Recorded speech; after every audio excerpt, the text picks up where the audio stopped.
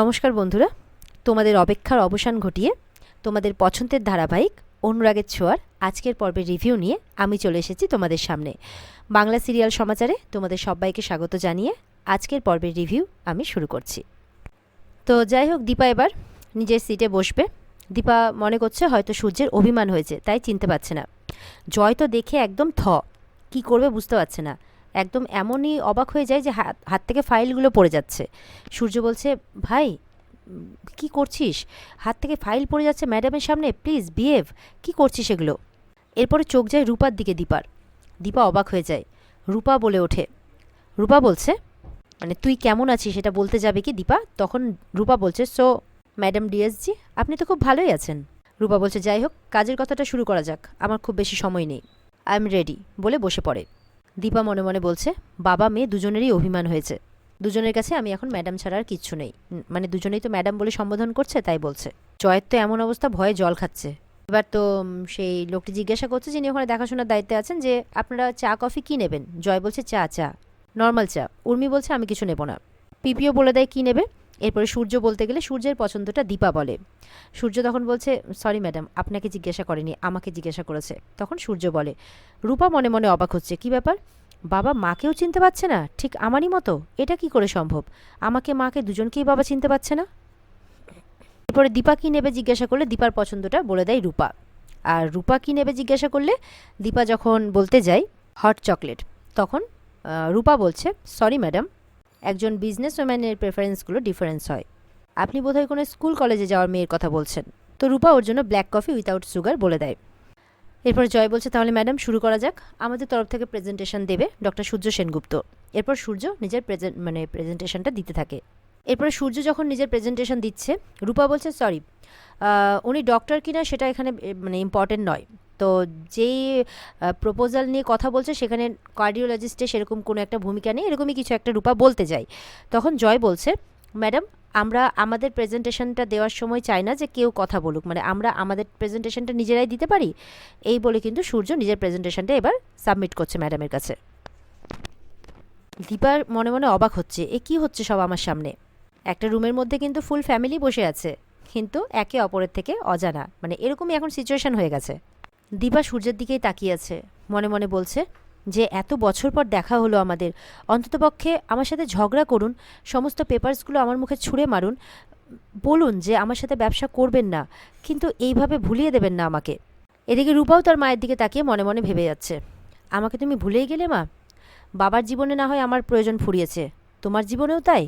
আমার জন্য তুমি জেল খাটতে, মানে তোমাকে জেল খাটতে হলো বলে তুমি আমার উপরে রাগ করলে? তাই কি তোমার আমার উপর এত রাগ? এরকমভাবে মনে মনে ভাবছে। মনে মনে আরও বলছে, তুমি এখানে এখন ইনভেস্টার হয়ে দাঁড়িয়ে আছো মা সামনে, এইভাবে আরও ভাবছে আর কি। ওদিকে উর্মি ভাবছে, দাদাই আর দিদি মুখোমুখি একসাথে, মানে সবার মনে এখন শুধু ভাবনা চলছে। এদিকে সূর্যের প্রেজেন্টেশন দেওয়া কমপ্লিট হয়, সূর্য এসে বসে পড়ে, দীপার চোখে জল। এদিকে কাকিয়া ফুলের মালা নিয়ে উঠছে, মানে লাবণ্য সেনগুপ্তের গলায় মালা দিচ্ছে আর প্রার্থনা করছে, দেখো এবার যাতে টেন্ডারটা আমরাই পাই দিদি, নাহলে আমাদের সব কিছু চলে যাবে, এবার আমাদের বাড়িটাও চলে যাবে। ঠিক সেই সময় রত্না দেবী এসেছে চলে এসেছে, আমাদের সব গেল এইভাবে চিৎকার করতে করতে চলে আসছে। কাকিয়া তো ভয় পেয়ে যায়, কি হলো এরকম করছেন কেন? রত্না দেবী বলছে, আর কি করব, সর্বনাশী আবার ফিরে এসেছে, আমাদের বাচ্চা কুচ্চা যা আছে সব চলে যাবে এবার। বলে দীপা উর্মিকে ফোন করেছিলাম, ও বলল যে মানে ওরা টেন্ডারটা পাবে কি পাবে না সেটা নাকি এখন দীপা ঠিক করে দেবে। আমার মেয়ের কপালটা দেখছি আমার থেকেও খারাপ। ওপর থেকে লাঠি হাতে সূর্যের বাবা নেমে আসছে। কি হলো, কার কথা শুনলাম? বড় বৌমা ফিরে এসেছে? কই দেখছি না তো। আমি জানতাম বড় বৌমা ফিরে আসবে, আমার বিশ্বাস ছিল। সূর্যের কাকিয়া মনে মনে বলছে, মানে এত তাড়াতাড়ি দীপা ছাড়া পেয়ে গেল কি করে? রত্নাদেবী উল্টোপাল্টা কথা বলছে শুনে সূর্যের বাবা বলছে, আপনি তো পছন্দ করেন না আপনার মেয়েকে, সেটা আমি বুঝি।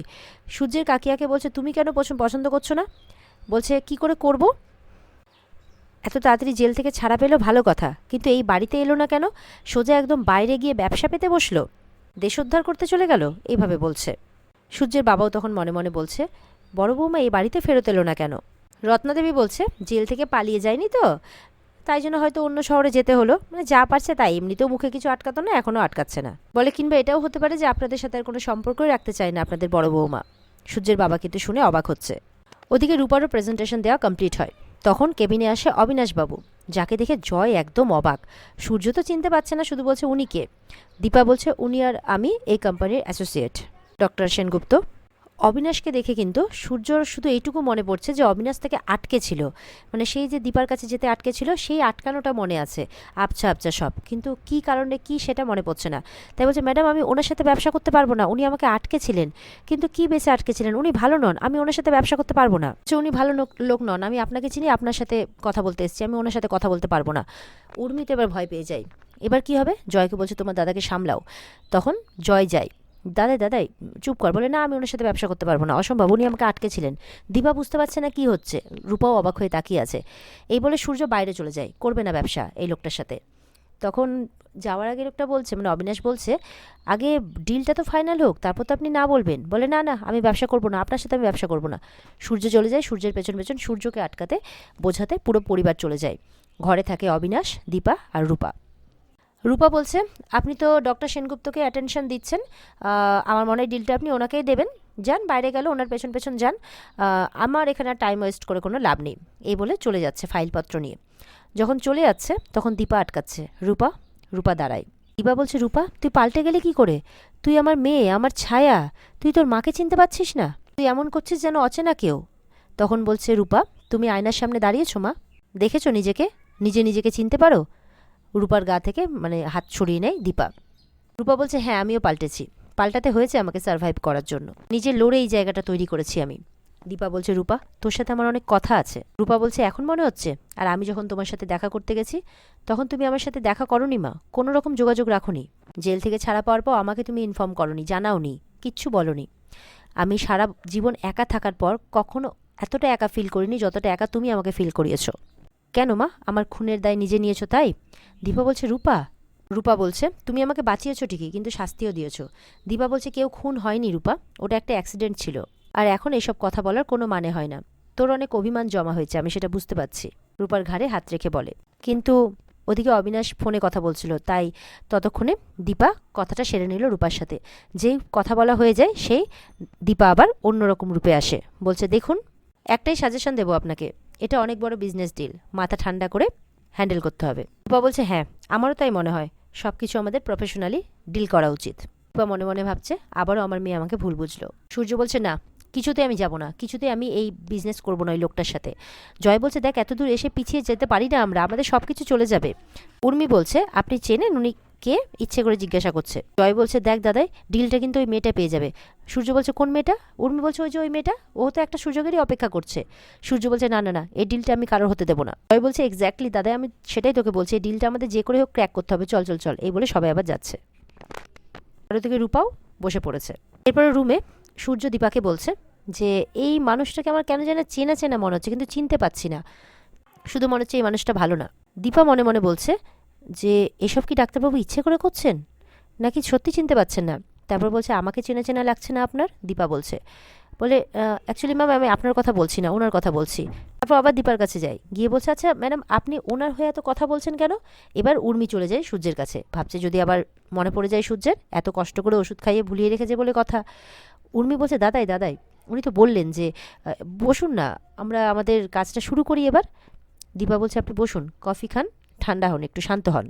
এবার অবিনাশ সূর্যের কাছে গিয়ে বলছে উনি যাই বলুন না কেন উনি সব কিছু, আমি কিছু নয়। দীপাকে বলছে, মানে দীপাই সব কিছু। সূর্যের আবারও আবছা আবছা মনে পড়ছে যে সূর্যকে আটকাচ্ছিলেন এই লোক, কিন্তু কিছুতেই মানে মনে করতে পারছে না, খুব ডিস্টার্ব ফিল করছে। সূর্য খুব মনে করার চেষ্টা করছে। এটা দেখে উর্মি নিজের সঙ্গে ওষুধ তৈরি করে এনেছে, বলছে দাদাই ওষুধটা খেয়ে নিন। তখন সূর্য বলছে কিসের ওষুধ? তখন ওদিকে দীপা অবাক হয়, কি ব্যাপার, উনি কিসের ওষুধ খাচ্ছেন? ওদিকে রূপা মনে মনে বলছে কি ব্যাপার, বাবা কি অসুস্থ, বাবা কিসের ওষুধ খাচ্ছে? কারণ ওরা থাকাকালীন তো এইসব কিছু হয়নি না, কোনো ওষুধ খেতে হয়নি সূর্যকে, সূর্য ফিট। উর্মি বলছে দাদাই আমি উর্মি, এই ওষুধটা খেয়ে নিন, এটা আপনি রোজ খান। জয় বলছে দীপাকে দাদার এই ওষুধটা লাগে, রোজ খায়। দীপা বলছে হ্যাঁ ঠিক আছে, কিন্তু কিসের ওষুধ এটা, মানে আমাকে কেউ বলবে ওনার কি হয়েছে? তখন সূর্যের দিদি বলছে যে এখন না হয় এইসব কথা থাক, এইসব কথা নিয়ে পরে আলোচনা হবে, এখন আমরা কাজের কথা বলি। ওষুধটা ঠিক খাওয়ার পরে সূর্য বলছে আচ্ছা আমরা এখানে কি করছি, কি করতে এসছি আমরা এখানে, কেন আমরা এখানে, এইসব কথা বলছে। তখন দীপা আর রূপা কিন্তু একদমই অবাক সূর্যের এরকম ব্যবহার দেখে। এদিকে জয় বলছে, দাদাই আমরা বিজনেস ডিল ডিল করতে এসেছি, টেন্ডার প্রেজেন্টেশন। সূর্য বলছে, রাইট রাইট, ও হ্যাঁ বিজনেস ডিল, ঠিক ঠিক, আচ্ছা কোথায় ছিলাম আমরা। দীপা একদম অবাক, বুঝে গেছে কিছু একটা ব্যাপার আছে। রূপাও সমানে তাকিয়ে আছে তার বাবার দিকে, আর দীপা সূর্যের দিকে। এদিকে সূর্যের বাবা ফোন করে জানতে পারে দীপার কথা। এরপরে কাকিয়া বলছে, হলো তো এবার আপনার বিশ্বাস, নিজের কানকে বিশ্বাস করছেন তো? বলে, এটা হতে পারে না, আমি সব থেকে বেশি করে বিশ্বাস আমি আমার বৌমাকে করি। তখন বলছে, এখনো এখনো? আর কোন মুখে আসবে ও এই বাড়িতে? হ্যাঁ, ও তো জানে ও কত বড় খুন, কত বড় পাপ কাজ করেছে। রত্নাদেবী বলছে, একদম ঠিক কথা বলেছেন, একদম ঠিক কথা বলেছেন। এই বাড়িতে আমরা কেউ ওকে ঢুকতে দেবো না, এই বাড়ির ত্রিসীমানায় ঘেঁচতে দেবো না, আপনি একদম চিন্তা করবেন না। কাকিয়া বলছে, মুক্তি দিয়ে গেছে ওই আমাদেরকে, এই বাড়িতে আবার শান্তি ফিরে এসেছে। সূর্যের বাবা বলছে, কি শান্তি হয়েছে? একটা মেয়ে কলেজে পড়ার বদলে সাদা থান পরে ঘুরে বেড়াচ্ছে চোখের সামনে। আর ছেলেটার কি অবস্থা হয়েছে, কাউকে তো চিনতেই পারছে না, নিজের বাবাকে পর্যন্ত না, তারপরে কি শান্তি এসেছে? কি যে ভালো হয়েছে আমি জানি না। কাকি আবারও চিৎকার করে বলছে, কি চাইছেন কি আপনি দাদা? আবার ওই মেয়েটাকে এই বাড়িতে ফিরিয়ে আনতে চাইছেন? সূর্যের বাবা বলছে, হ্যাঁ। এরপর রত্নাদেবী কিছু বলতে গেলে সূর্যের বাবা বলছে, আপনি থামেন। এই বাড়িতে বড় বৌমা ফিরে এলে সব থেকে বেশি অসুবিধা কার হবে জানেন? আপনার আর আপনার মেয়ের। আর ওদিকে সূর্যের কাকিয়া বলছে, আর সোনার কি হবে? সোনার বলছে, সোনা দীপাকে সহ্য করতে পারবে তো? আপনি কি এটাই চান? সূর্যের বাবা বলছে, আমি কি চাই, তুমি কি চাও তাতে তো কিছু হবে না, স্বয়ং ঈশ্বর যা চান, যা ঠিক করে রেখেছেন তাই হবে। ঈশ্বর যদি চান সূর্যদীপা আবারও এক হবে, না হলে এতগুলো ঘটনা কাকতালীয়ভাবে একসঙ্গে ঘটছে কেন? ওদিকে রূপা বলছে, আচ্ছা আপনাদের এই সমস্ত ড্রামা বন্ধ হয়ে গেলে আমরা যেই কাজের জন্য এসেছি সেই কাজটা শুরু করা যাক। রূপা বলছে, এই বিজনেসটা আমার কোম্পানি বেশি ভালো করে হ্যান্ডেল করতে পারবে। এখন অবধি আমি যেই বিজনেস চালাই এই শহরে কিন্তু 1 নম্বরে রান করছে, তাই ডিলটা পাওয়ার জন্য আমার কোম্পানি অনেক বেশি ডিজার্ভিং। জয় বলছে, আমাদের কোম্পানি অনেক পুরনো আর প্রেস্টিজিয়াস, লাবণ্য সেনগুপ্তের নাম যেখানে জড়িয়ে আছে তার বিষয়ে তো আর কিছু বলারই নেই, আর এই প্রজেক্ট আমরা অনেক ভালো করে হ্যান্ডেল করতে পারবো, জয় বলছে। দীপা সূর্যকে বলছে, কিরে দাদাই চুপ করে আছিস কেন বল? দীপা মনে মনে বলছে যে এই কয় বছরে কিছু একটা মারাত্মক হয়েছে, না হলে ডাক্তারবাবু কেন নিজের মেয়েকে চিনতে পারছেন না, আর চিনতে পারলেও একনলেজ করছেন না কেন? আর বাকি সবাইকে তো উনি চিনছেন, আর সোনা কোথায়, তাকে ওনার মনে আছে? কি এমন হলো যে পরিবারটা এইভাবে আলাদা হয়ে গেল? ডাক্তারবাবু কিসের ওষুধ খান? সত্যি কি আমাকে আর রূপাকে মনে নেই ওনার? কিন্তু কেন? আর রূপাও তো আমার সাথে অভিমান করে ঠিক করে কথা বলছে না। কিন্তু আমি তো সবকিছু ছেড়ে চলে এসেছিলাম যে আমাকে ছাড়া সবকিছু ভালো হবে এই ভেবে, সবাই ভালো থাকবে, কিন্তু না, আমার হিসেব তো মিলছে না। আমি এইভাবে সবাইকে সবার থেকে দূরে যেতে দেব না, তাহলে তো আমার সবকিছু মিথ্যে হয়ে যাবে, আমার এতদিনের স্যাক্রিফাইসের কোনো মানেই থাকবে না। আর এদিকে উর্মি মনে মনে বলছে, তুই চলে যেতে আমি বাড়িতে রাজরানীর সম্মান পেয়েছিলাম, সেটা আমি কিছুতেই চলে যেতে দেব না। অবিনাশ বলছে, কি ম্যাডাম কনফিউশন, টস করে নেবেন? রূপা বলছে, না আমাকে দেবেন। দীপা বলছে, না, আমি আপনাদের দুটো কোম্পানির সাথে ডিল করতে চাই, আমি 50-50 পার্টনারশিপে অ্যাপ্রুভ করতে পারি এই ডিলটা।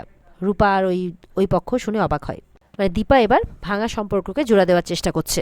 আর এখানেই আজকের পর্ব শেষ হয়ে যায়। তো বন্ধুরা, এই ছিল আজকের পর্বের রিভিউ, আশা করব তোমাদের ভালো লেগেছে, আর ভালো লেগে থাকলে কমেন্ট করে জানাবে, আর পর্বের বিস্তারিত দেখতে অবশ্যই স্টার জলসার পর্দায় চোখ রাখবে।